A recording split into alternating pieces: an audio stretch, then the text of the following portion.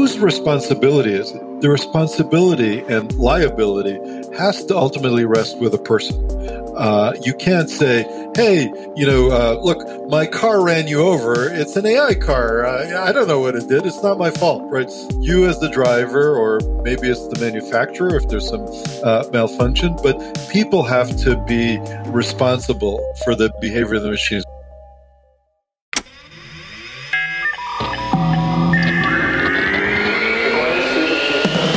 Hi, everyone. Welcome to Behind the Tech. I'm your host, Kevin Scott, Chief Technology Officer for Microsoft. In this podcast, we're going to get behind the tech. We'll talk with some of the people who've made our modern tech world possible and understand what motivated them to create what they did. So join me to maybe learn a little bit about the history of computing and get a few behind-the-scenes insights into what's happening today. Stick around.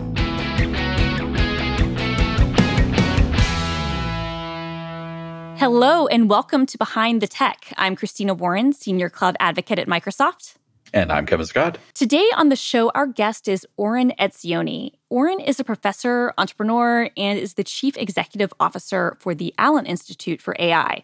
So, Kevin, I'm guessing that you guys have already crossed paths in your professional pursuits. Yeah, I've been lucky enough to know Oren for the past several years. We met after I became CTO at Microsoft, but I've been very, very well aware of Oren professionally for many, many years. And the thing he probably doesn't know is the University of Washington, where he still is a professor, was one of the places that I wanted to go to graduate school. So the entire time I was an undergrad, I had a copy of the UW computer science course catalog sitting on my desk as a aspirational thing, and I was following his work pretty closely back then, which may sound a little bit creepy, I guess.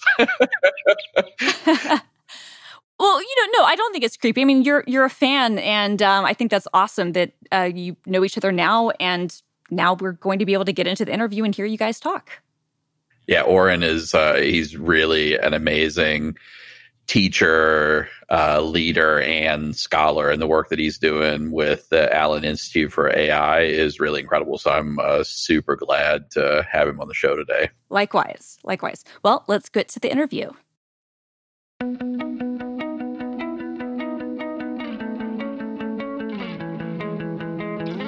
Our guest today is Dr. Oren Etzioni. Oren is Chief Executive Officer at the Allen Institute for Artificial Intelligence. He's been professor at the University of Washington's Computer Science Department since 1991. His awards include Seattle's Geek of the Year in 2013, and he's founded or co-founded several companies, including Faircast and Decide.com. Oren has helped pioneer metasearch, online comparison shopping, machine reading, and open information extraction. Welcome to the show. Thank you, Kevin. It's a real pleasure. So I would love to get started by talking a little bit about how you got interested in science and engineering in the first place. Was it when you were a little kid or later on in life? Well, both my parents are sociologists, actually professors of sociology. And so I think instinctively, subconsciously, I ran away from that as far as I could. And like some of your other guests, like Daphne Koller and I think yourself, I discovered that magical machine, the TRS-80, and started playing with it. And it was just really fun and really new. And I kind of could sense something very powerful there. But where I really got engaged was when I read the book Gödel, Escher, Bach, which many of us did back in the day. And I got kind of a whiff of the questions that we could be asking and that we could be studying using computers are really some of the most fundamental intellectual questions of all time. What is the origin of the universe? What is the nature of intelligence? How do we build an intelligent machine? Yeah. I mean, and it's really interesting that so many of us have such a interestingly similar experience. I can't remember. I think I was in college when I read Hofstadter's book the first time, or tried to read it because it was it is intellectually dense, but it really had a remarkable impact on a bunch of people. And I'm guessing it still sort of informs some of the things that you're doing today because, in a sense, what all of us are doing a little bit with the pursuit of artificial intelligence is not just figuring out what the machines are capable of, but like, what does that say about human intelligence itself, which we really don't understand in a deep sense.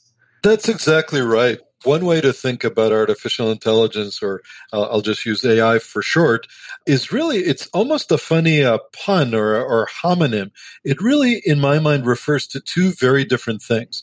One is a set of technological capabilities, which I'm sure we'll talk about some more, but that are getting increasingly powerful, with speech recognition, with facial recognition, with things like GPT-3. And at the same time, it's a kind of vision, right, of how do we build human level intelligence, artificial general intelligence, and so on. And those two things are actually very different in the sense, in my opinion, in the sense that the technology is progressing very well, but it's still very, very far off from the ultimate vision of the field. Yeah. Well, and, I think the interesting thing that we all have seen over the past several decades is we keep solving these problems that we think are reflective of high human intelligence. And as soon as we've solved them, we decide that, oh, well, maybe that wasn't really what is the core of human intelligence. I remember when it was chess playing, and then it was Go playing, and then it's these feats of perception that we've been able to do. And, there's still these things that are, for human beings, like very, very easy, that I don't think we think of as being cognitively sophisticated, that completely elude the ability of machines, just common sense reasoning and navigating physical environments and all sorts of fun stuff. So, I do think we have been confused about what the definition of intelligence is for a very long while now, which makes going after it interesting. Well, what you're saying is so true, right? There are writings in the 60s and the 70s and later talking about, say, chess, right, as the pinnacle of intelligence. And you can sort of see why, right? For most people, right, playing grandmaster chess is an incredible feat of intelligence, very elusive. And then to find out that the machine can do it is startling. At the same time, there is something called Morvack's paradox, right, that says things that are easy for the machine are hard for people, like playing champion level chess or Go.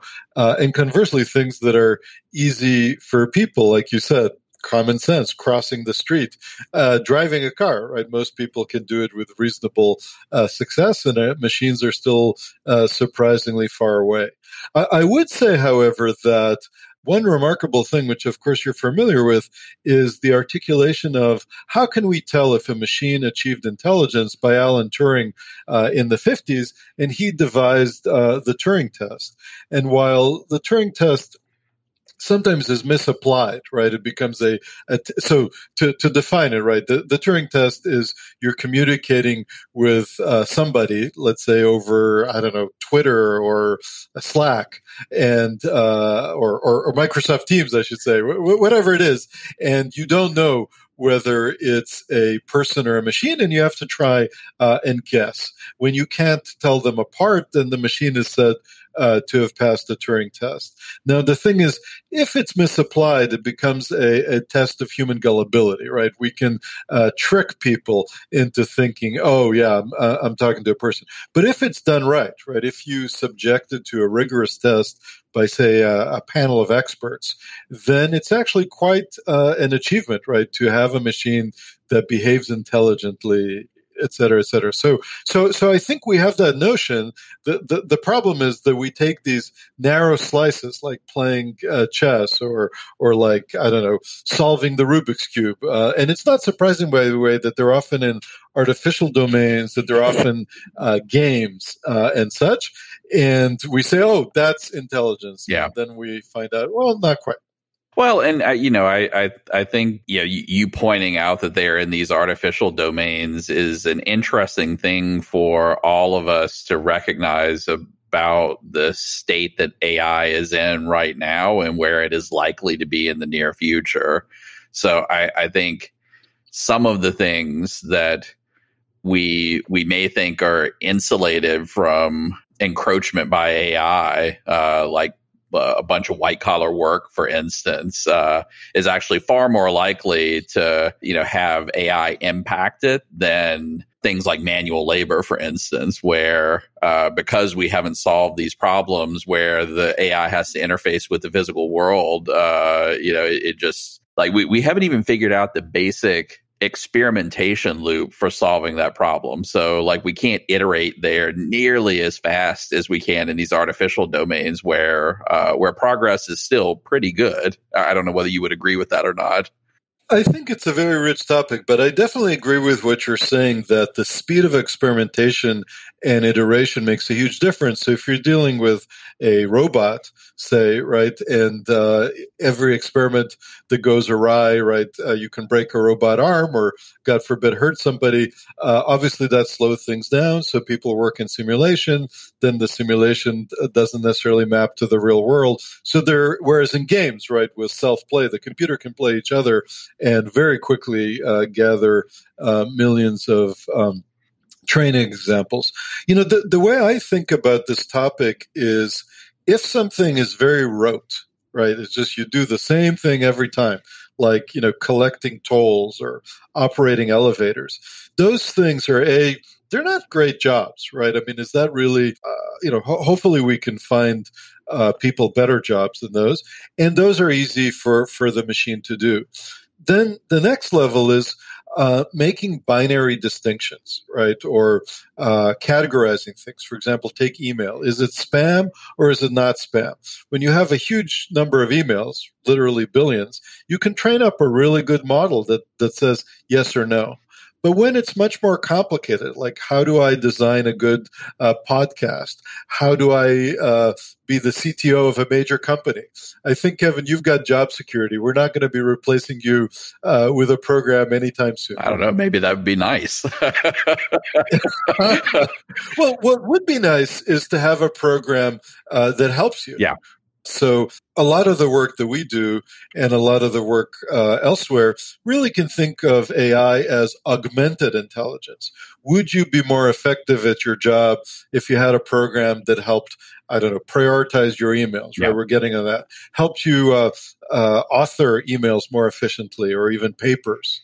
Right? All that. Yeah. So let's go back a minute. So you found the TRS-80 when you were a kid. You read Gödel, Escher, Bach. Was that when you were in high school or in college?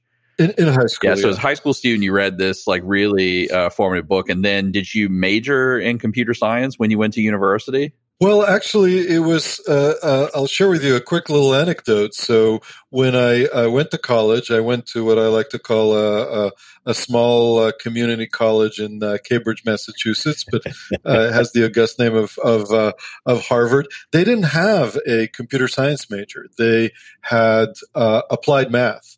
And their approach, I heard this from some of the professors there, was viewing computer science as more of a kind of applied discipline. They said, hey, we don't have a major in automotive science, so why would we have a major in computer science? And right around the time I was there, so this is 1992, 1993, right at the beginning of my time there, they realized, no, this isn't the fad and this isn't some applied discipline. It's quite transformative. Again, I wasn't privy to those discussions as a freshman. All I know is that they did create a new concentration, as it's called. And being an eager beaver, I ran to Howard Lewis to declare my new concentration, and he signed my paper form, if you can believe that. And he raised his head and said, hey, you're the first. So I feel like I'll go down in history as the first person to major in computer science at Harvard. That is so cool. That's really, really neat.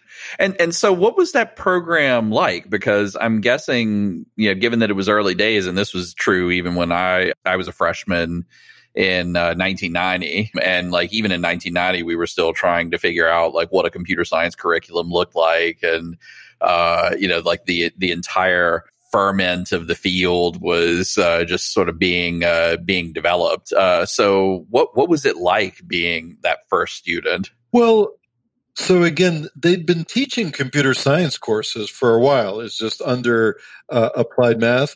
And I would say that the Harvard curriculum was very mathematical. So it was influenced by people like the great Michael Rabin, Turing Award winner, inventor of some of the key theorems in theoretical computer science. As Les Valiant was there, teaching combinatorics. So it was a very theoretical curriculum, which I actually really appreciated because, you want to get that mathematical grounding right.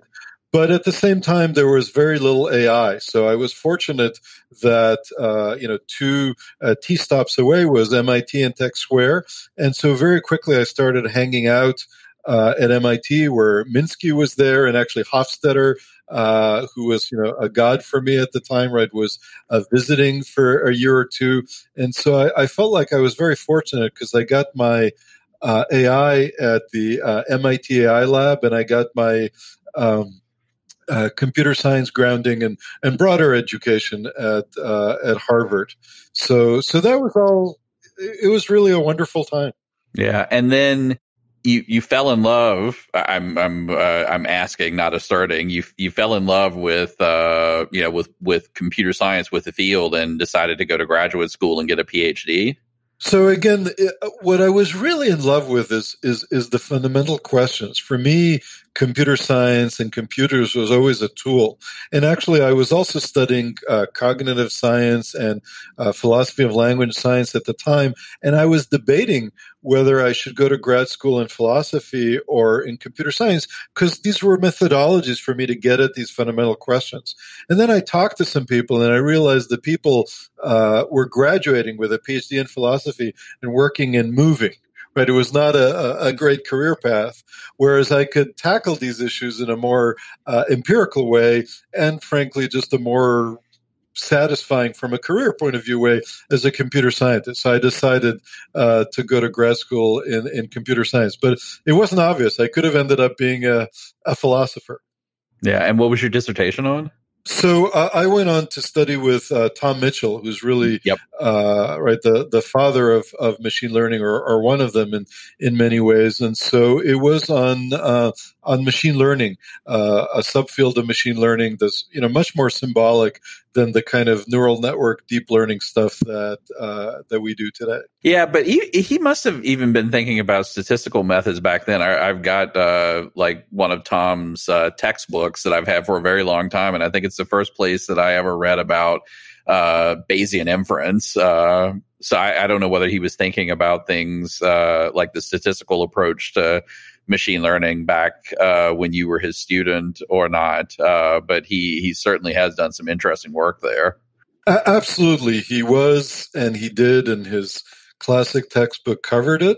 Geoff Hinton was visiting at the time, and there was very lively and intense discussion of his ideas. I think the thing that Tom and certainly I missed was the power, the potential power of neural networks to, when you have awesome amounts of data and tremendous amounts of computational power. So at the time, they didn't necessarily do better than other statistical mechanisms. Right. So it was very clear that we wanted statistical methods, but it was a lot less clear that we wanted neural networks. I think that's one of the sort of classical timing problems in computer science and engineering, where it was a good idea, but because we effectively didn't have the data volume and the distributed computing infrastructure that came along with the internet revolution and like these big internet companies and their distributed computing and cloud infrastructure, which wasn't called cloud infrastructure at the time.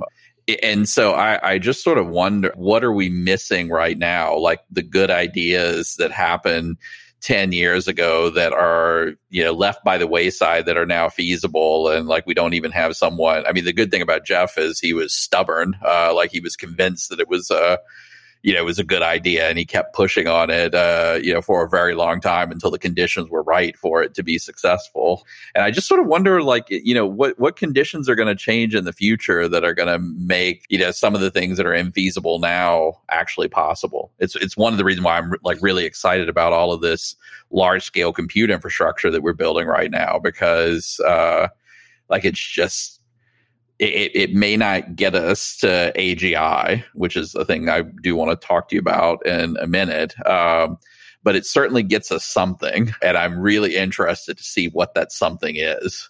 Me too. I think it's a really interesting time to be a computer scientist, to be a computer professional. I do want to say, off the top of my head, here are three things that the current technology doesn't yet touch. And the first one is the current technology, maybe this is a good phrase, it's kind of profligate in its use of compute and data. Yeah, I need millions of examples, at least for pre-training, and then thousands for tuning. Yeah, I need this massive amount of computation, millions of dollars of computation to build my model. And whereas of course, human intelligence, which is the standard, sits in this little box, right? That's on top of my neck, and is powered by the occasional salad and a cup of coffee, right? So we know, right? Kids, they'll see one example and they'll go to the races. So I think we can build far more frugal machines in terms of data and compute. That's one. And then the second thing, and this goes right back to the discussions we were having at CMU in the early 90s, is what is the cognitive architecture? In other words, okay, you can take a narrow question like, is this email spam or not? Or did I just say B or P, right? Speech phoneme recognition. And you can train models they'll have superhuman performance in that. But the key thing in artificial general intelligence, in AGI, is the G. So how do we build what was called then a unified cognitive architecture? How do we build something that can really move fluidly from one task to another? When you form a goal, automatically go and say, okay, here's a sub goal. Here's something I need to do or learn in order to achieve my goal. There's just so much more to general intelligence than these savant-like tasks that AI is performing today.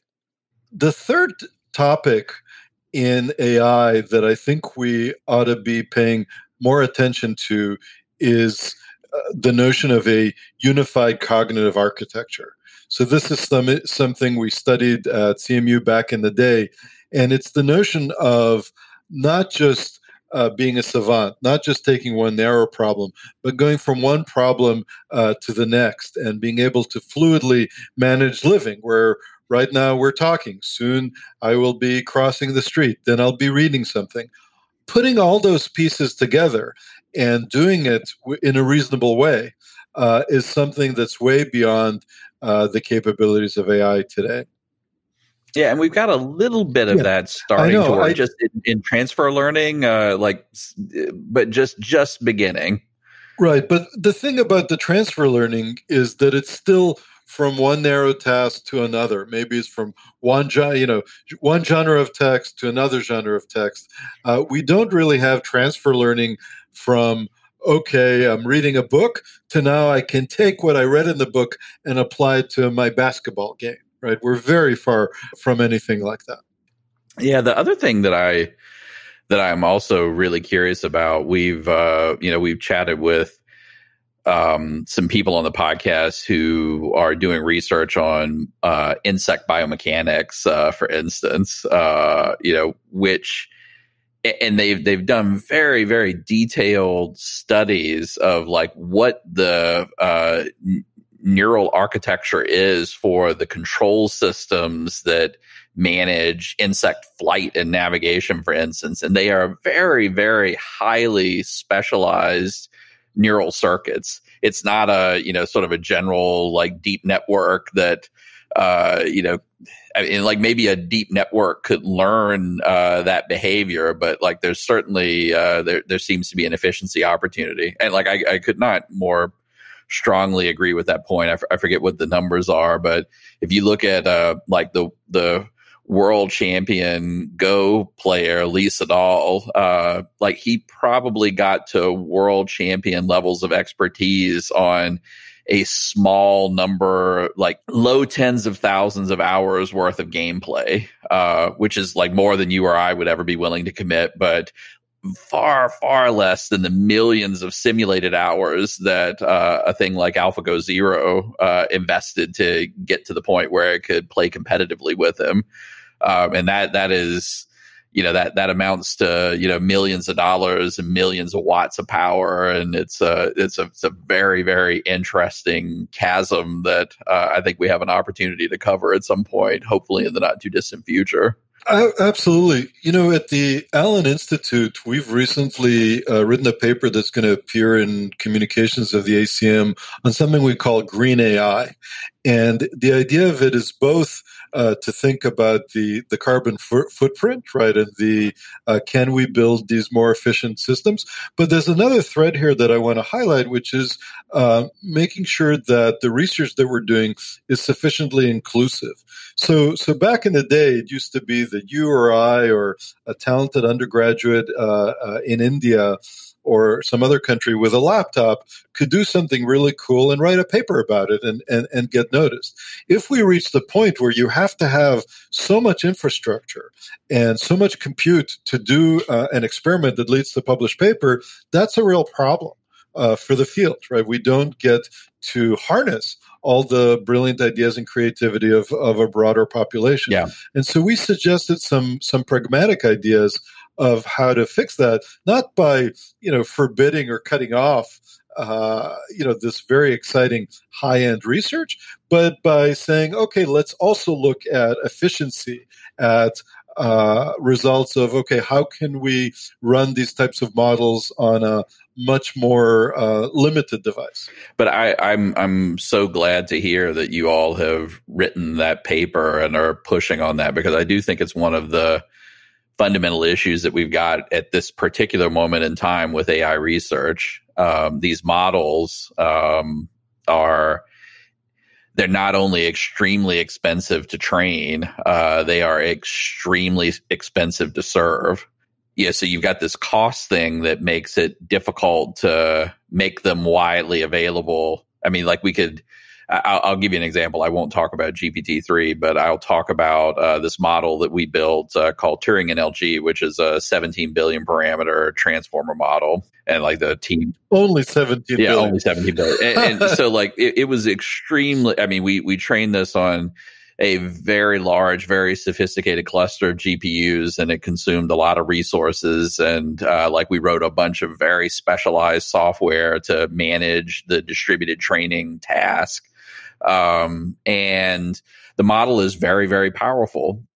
And so one of the things that we're struggling with right now is I would love to get that model into the hands of as many people as humanly possible.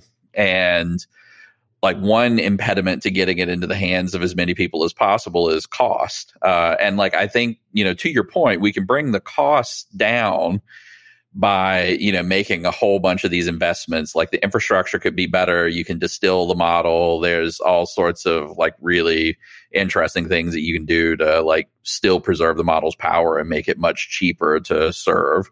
But the other, interesting thing with these models is it's a general language model. It will enable people to put it in use cases that we would find objectionable. And like by we, I don't mean Microsoft, I mean we society. And so, it's and I don't know how you train the model to allow it to do all of the powerful things that it can do and exclude the objectionable things that we're not going to want it to do. And so that is another thing that makes access a little bit tricky. So like, how do you get that into the hands of responsible people so that they can discover all of the good uses that the tech companies that have the resources to build these models will never be able to imagine on their own without, opening Pandora's box and creating more misery in the world? Very important questions. The good news is I do think that we're making progress there. So some of it is the old adage, garbage in, garbage out. So you have to be careful what you feed. This model is kind of like an innocent child, right? Who will read anything. So you have to be careful what you feed it. That's typically not enough because these things consume, right? Billions and billions of sentences and documents. I'm a great believer in auditing techniques. So we also need to make models like this externally auditable, so other bodies can help discover if there's problems hidden there, or if it can be tuned in a negative direction. So I do think that you and Microsoft are very smart to think carefully about these issues, but I do think that help is on the way. Yeah. Well, and that I think is one of the foundational things I would like to be able to figure out sooner rather than later, is just a way to allow the help to happen in an efficient and transparent and open manner, because at least that much needs to be happening. It would be very ironic to have a situation where the very, very necessary public and open work that needs to happen on responsibility and safety and ethics and all of these other things can't happen because the people who are doing that work outside of corporations don't have access to the models.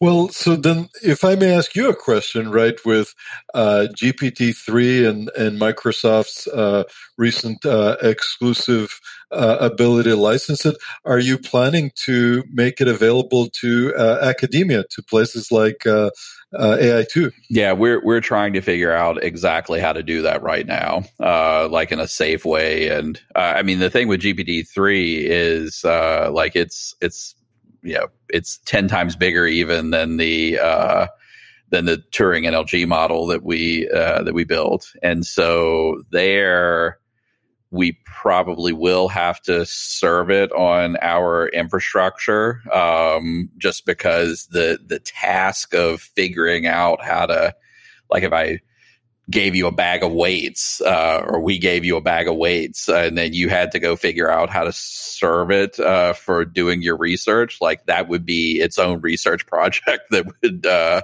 be daunting. And so, like, we are working through those issues right now. I'm glad to hear it. And of course, you're absolutely right. With something that big, or even the Turing NLG model, right? What people really want is an API, not a file that you download with lots of numbers in it. Yeah, and so the nice thing about an API is it lets you, through like the access control to the API, like have some sort of guarantees around responsible use, and then it really does become about cost, and cost is. We want to be able to get the cost down to the point where you can do reasonable amounts of inference and exploration with the model in a way that doesn't break my personal budget at Microsoft. Sure, which I'm sure is quite sizable. But here's a simple idea that we advocated in the Green AI paper. The reporting standards, when we report accuracy of models, how often they get things right, are very clear and so on. But the reporting standards on how much did it cost you to produce that performance aren't. People often don't report that, or if they do, they don't report some of the dead ends that they went into. If they reported that more rigorously, then, as you said, the distillation efforts, basically the efforts to build a cheaper model, maybe a far cheaper one, would be a lot easier, because I could say, okay, here's your model. It costs, let's say, $100,000 to train it. Here's my model. It only performs 70% at the level of your model. But you know what? It costs 1/10 to produce. So, or here's my model. Maybe it's only 40% of your model, but I can run it on a phone.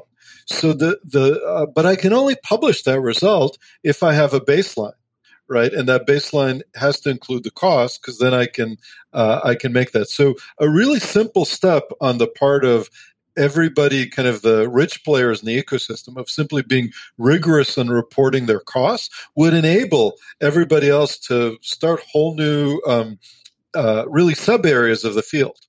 Yeah, I think that's an interesting idea, and certainly something we will think about.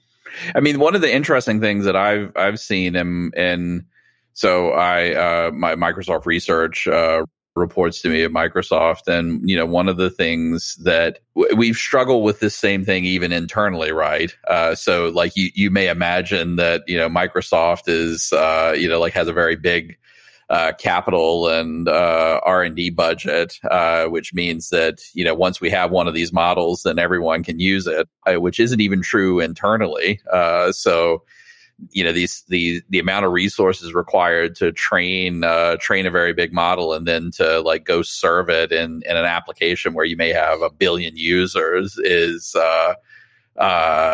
it's sort of daunting on the training side. There's just limited amount of compute. And so like you have to decide who is going to be training what. And on the serving side, we really do very carefully measure how much it costs to, in terms of compute and power and depreciation on the capital for a single API call to a thing, because we have to make sure that when we're putting it into a product or a service that you're profitable still.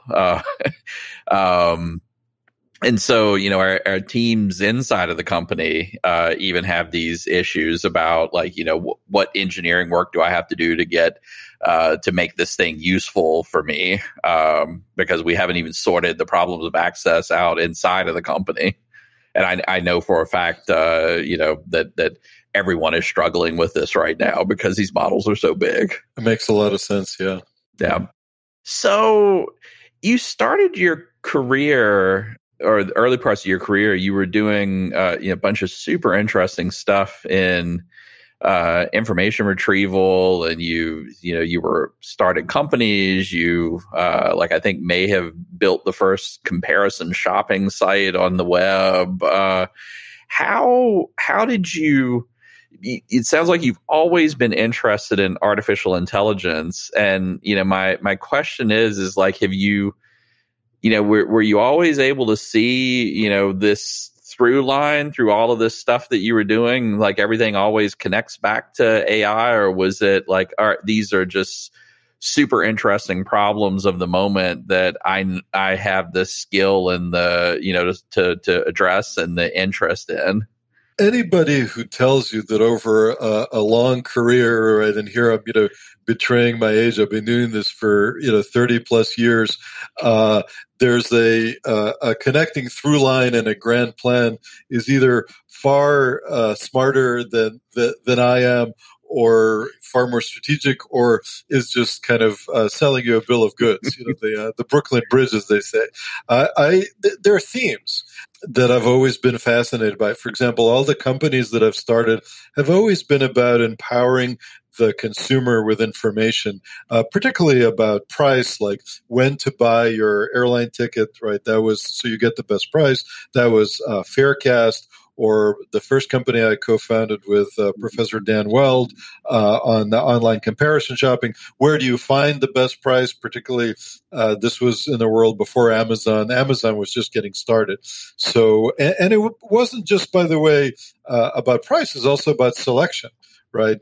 Nowadays, we kind of assume we can always find it at a decent price at Amazon, say, but A, sometimes you can get a better price elsewhere, and B, at the time, often it wasn't clear where to buy a particular good. So that was a big theme for me. And the toolkit, we all have our toolkit, certainly AI and information retrieval related to that, machine learning. That was my go-to toolkit, so it was natural to go there. But I kind of view a lot of these as side adventures. I feel like my two long-term passions are, one is the fundamental intellectual question of AI that we talked about earlier. How do we build an intelligent machine? And then the second one is, how do we use AI as a technology to make the world a better place? And, better search engine can do that. Better shopping can do that. Right now at the Allen Institute for AI, or AI2 as I call it, a project that I'm particularly proud of is Semantic Scholar. how do we make scientific research more efficient and more productive using AI. And actually, a call out to Microsoft Research and the work on the Microsoft Academic Graph, right? We've made extensive use of those resources to build Semantic Scholar. That is awesome. So I want to dig a little bit into the particulars of these big models that folks are building right now, particularly around language, although soon they're going to be multimodal and, sort of applied to a bunch of different domains. But one of the interesting things that you all did, I think this was sometime the middle of last year, was this system called Arista that is your test-taking system. And so you've been working on this for a really long time, and my understanding is that you were able to leverage some of these newer self-supervised language models, like Google's BERT model in particular, to finally get this system to the point where it could reach parity with students at taking science tests. So talk a little bit about that. Sure. So this really starts with the late Paul Allen's vision. And he asked the question, gosh, if our technology is so great, be it computer science or AI, why can't it pick up a textbook, read the textbook, and then answer the questions at the back of the book? And he had a project even before Allen AI, which started in 2014. He had earlier projects that attempted to do that in various ways and were not successful. So when we launched Allen AI, AI2 in 2014, we said, why don't we focus on grade school tests? Okay, let's work our way up to reading a college-level biology textbook. And the way we do that is we're going to have the program take a fourth grade science test, then eighth grade test, take the SATs. And the beautiful thing about that is that we can measure the system's performance, and we'll take it on unseen tests, right? The same way, the Regents, New York State, publishes a new test every year. So we'll take it on unseen tests. The machine has never seen the test before. And like a kid, we'll measure the performance. We'll also compare it to human performance. So we'll have a benchmark and we say, okay, how is our progress going? And I think that helped the late Paul Allen reassure him that he could get a sense, right, without being there every minute, get a sense of our progress and that we were really making progress rather than building towers in the air. So that became our benchmark, is these science tests. And we struggled mightily with these tests, in part because it turns out the tests are written in English, and they require a lot of background knowledge. They require understanding of various phrases. They have phrases in there like the onset of winter. What the heck is the onset of winter? So a lot of tricky issues that we don't have time to get into. And we were making steady progress, but it was hard. It was very difficult. We set ambitious goals every year, and we struggled mightily to meet them. What happened, as you said, this new class of models came, and they actually originated at AI2. We had a model called Elmo, won the Best Paper Award in 2018. It was quickly followed by Google's model called BERT, which is a nod to Elmo, won the Best Paper Award in 2019. And people have gone from there. And Turing NLG, which you mentioned, right, is yet another institution. Others have Roberta, et cetera, et cetera. All these models are actually, I should mention, because they're actually pretty simple. All they do, right, is take a word and say, we're going to figure out what this word means based on its context. Not its context in one page or one sentence, but in all the places it appears in billions of sentences. We're going to compute statistics on its context, and these statistics are going to enable us to predict, if I see a word or a sentence or a phrase, what's going to come next. What might even come before, just based on what typically happens. It turns out that basic idea, with a lot of technical, bells and whistles, is incredibly powerful, more powerful than I think anyone would have anticipated. So we started using that in our work, and we said, okay, it'll help. This tide will boost all boats. But we never anticipated how much it'll help. So we found that very quickly, we were able to get 90%, at least on the multiple choice parts of the test that involve text. And so all of a sudden, this model led us to pass and even ace fourth grade tests, eighth grade tests, even 12th grade science tests. And that was a surprise. And it leads me to make a prediction. I think that we're going to see, we're already seeing, but we're going to see even more in the next 5 years, tremendous applications of natural language all over the world. There's machine translation, which we've already seen. There's in the medical and the healthcare system, everywhere where there's text, which is kind of everywhere, right? Because we have text in our emails, we have text in physician records, we have text in scientific papers, we have text in insurance claims. You name an arena of life, I'll tell you the text that's there. Our ability to understand that has really had an inflection point.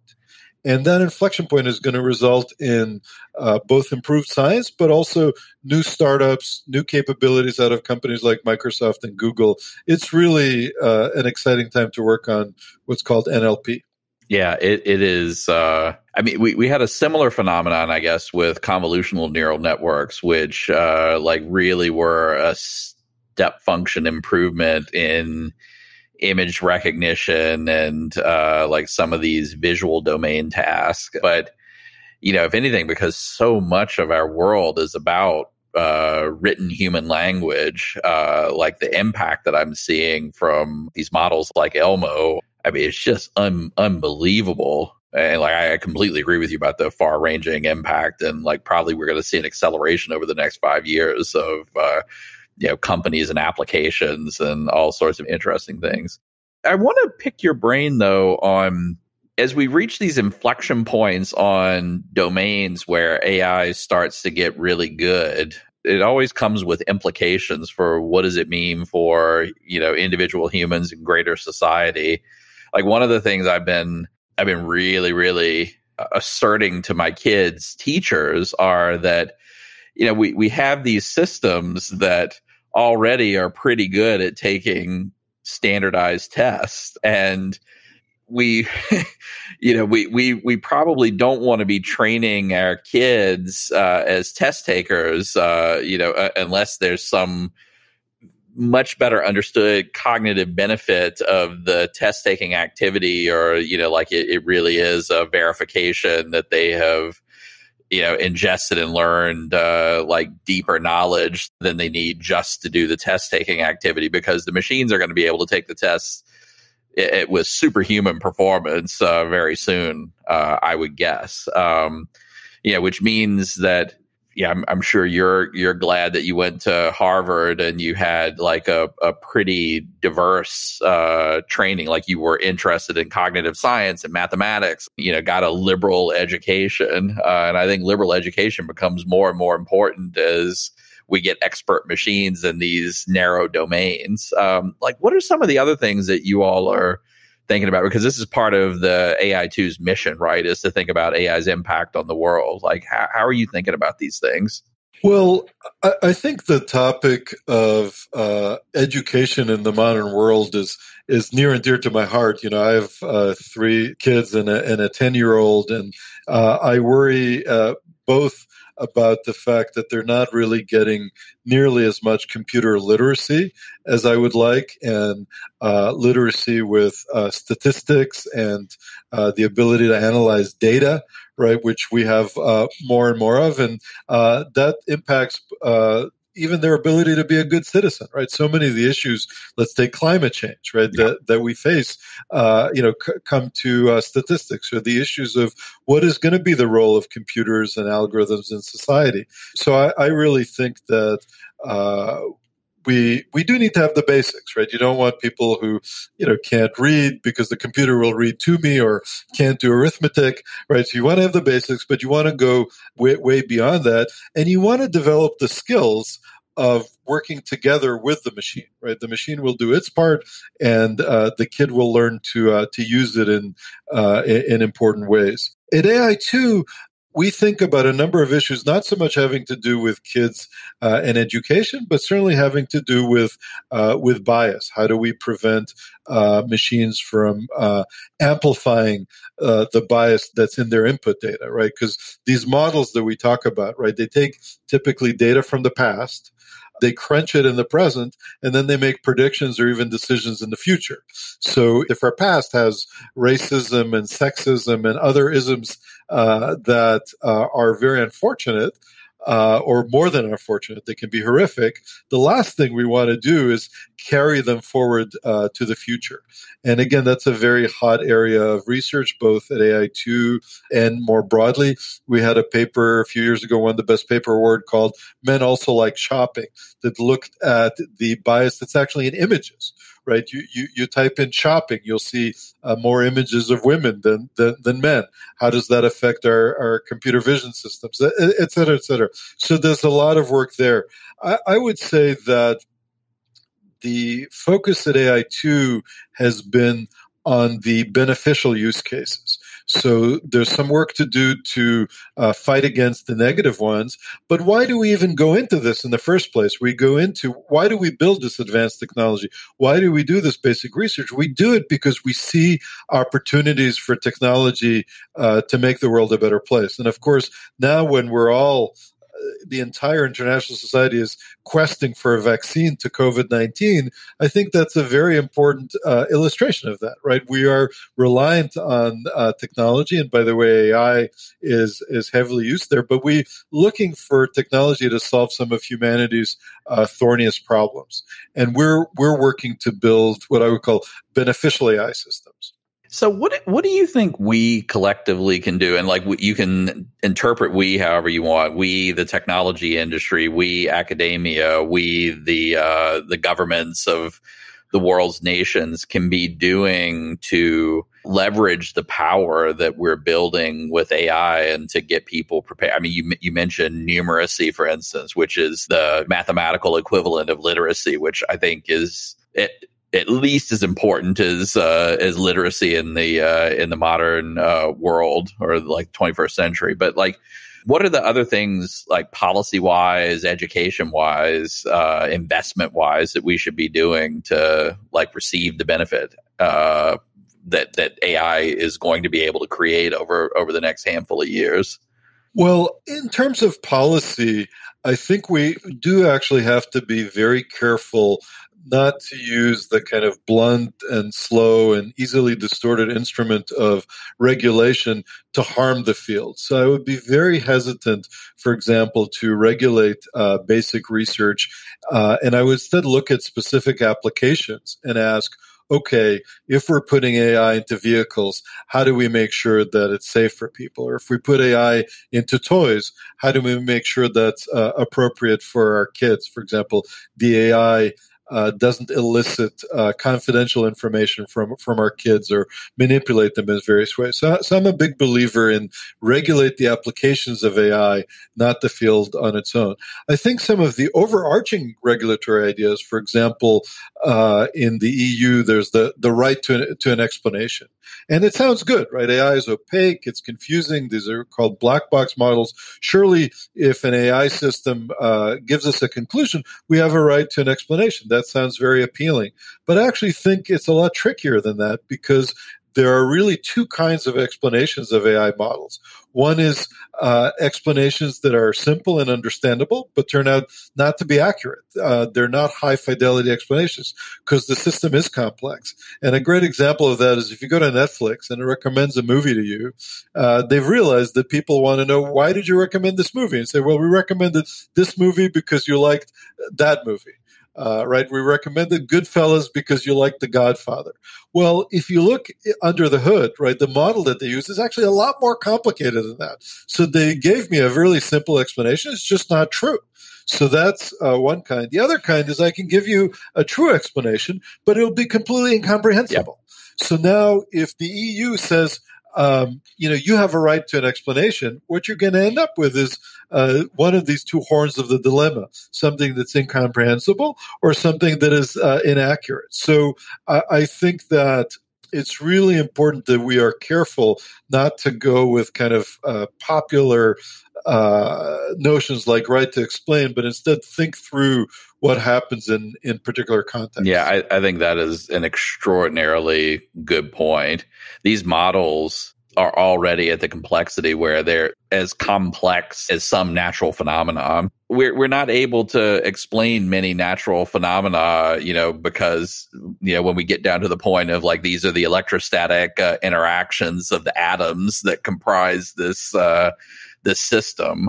You have to look at the phenomenology of the system. It's why statistics is going to be such a really important skill for everyone. It's why understanding the scientific method and having an experimental mindset, I think, is important. I think this is such a good point about not deceiving ourselves that an incomprehensibly complex answer to a question of like, why did this thing do what it did, even if it's couched in terms of language that we might otherwise understand, that's not real understanding.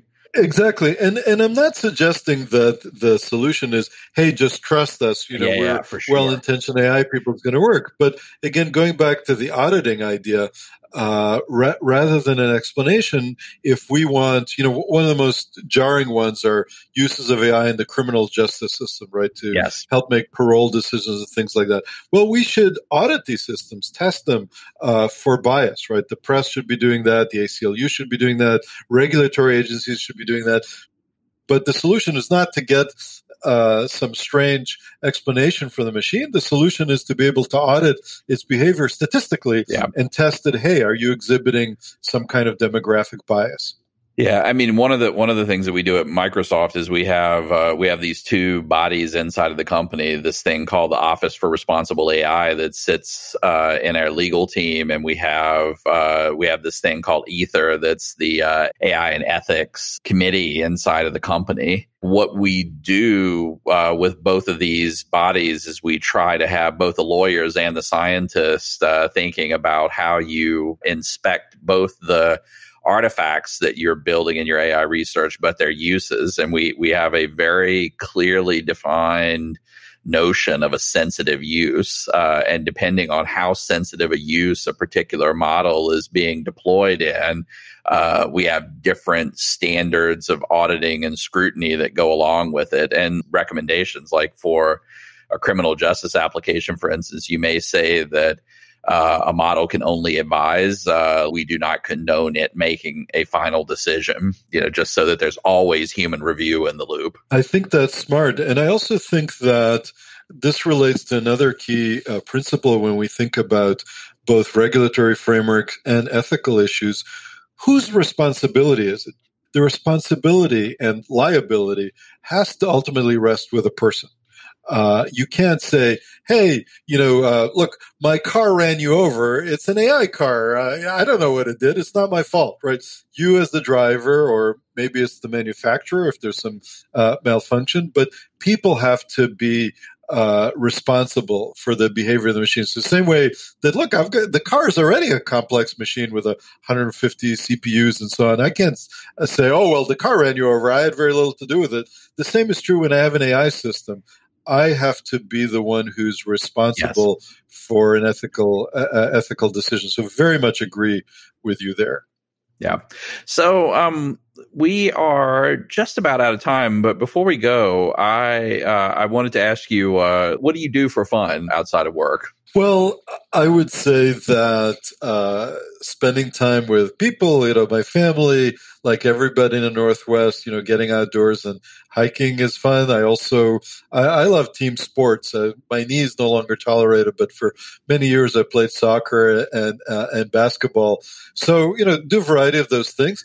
But most recently, particularly under COVID, I have to admit that I've developed a vice, and that is playing Bug House online. So Bug House is team chess, right, where you have two players facing off two other players, and you have, it used to be 5 minutes, now online 3 minutes is popular. So you have a 3-minute game, and in that game, you have to defeat your opponent working together with your partners. The idea is if your partner is the white player and you're the black player, she might hand you a black piece, right? Because she takes her opponent's black piece, she hands it to you. This is all mediated by the computer, and you place it on your board instead of making a move. So it's a crazy, crazy game, which is what the phrase Abagahas alludes to. And it has communication, it has adrenaline, it has stopwatch, split-second timing. And it's a wonderful distraction from worrying about when we're going to have a vaccine. That sounds like a lot of fun. This has been an amazing conversation. I'm so happy to know that there are people like you and institutions like AI2 that are not just advancing the state of the art, but like thinking very, very carefully about how these technologies can have a positive benefit for society. So thank you so much for the work you do and for being here with us for an hour today. Well, thank you, Kevin. I really appreciate the opportunity to talk to you and to talk to your audience. It's a real pleasure. Awesome.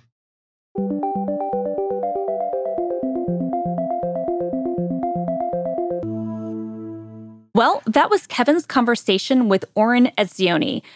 Wow, you went through so many different paths and talked about so many different interesting things.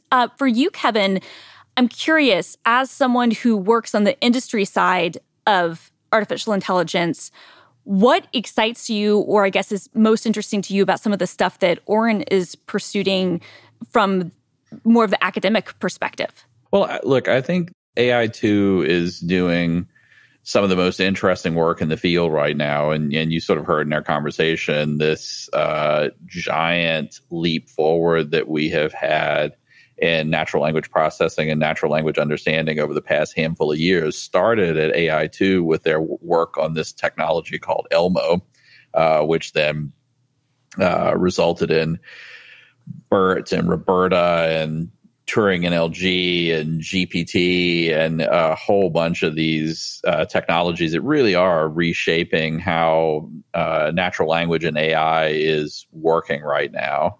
One of the things that Oren was chatting about that's really impressive, both from a technical perspective as well as just beneficial use for society, is the work that they're doing on Semantic Scholar, which is applying some of these really advanced AI technologies to the task of trying to understand and make more accessible the huge amount of scientific literature that the researchers of the world are producing right now. And things like that become even more important when you have a moment like we're in now with COVID, where getting that research digested and to the right people as quickly as humanly possible so that you really are able to get those right people to understand the salient points, it can just mean the difference between literal life and death as we're scrambling to develop therapies and vaccines for SARS coronavirus 2. So, it's just wonderful that you have this combination of such incredibly clever people there who are also working on these problems that can create such benefit in the world. Yeah, no, I totally agree. And when he was talking about some of that work, I was thinking just about all the use cases, and you obviously go to some of the most important ones, which would be, life and death decisions. But just in general, the ability to really help get people the right information by translating and kind of digesting and getting the essence of those documents out, it's really powerful. And that's just talking about, in one language. I think about what could happen when we talk about machine translation and that sort of work too. And that becomes really, really exciting. And I'm excited about what GPT-3 and other things that I that about, that I read about and try to kind of understand, promise. And it's really exciting to think about. Yeah. I mean, I think in general, it's an exciting time to be working on AI right now. Just a good reminder from this conversation today that it is equally important to be thinking about how you point that work in a direction that is safe and responsible and benefits the public good.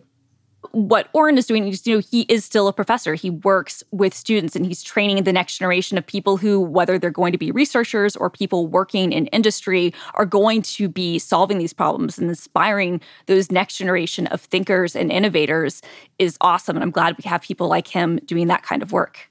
Yeah, I mean, as I've wrote about in my book and I've talked about over and over and over again, we should be thinking about AI as a tool, and a tool that can enhance and augment the things that human beings are trying to do. And I think Oren raised a really good point in our conversation today around the important role that education has to play in preparing our future citizens and people even in the workforce today, and being able to pick those tools up and make the best possible use of them. And it's a little bit different than, the education system that we have right now, which is fundamentally engineered around the needs of an industrial economy. In the future, we may need to train people to better operate inside of an AI economy.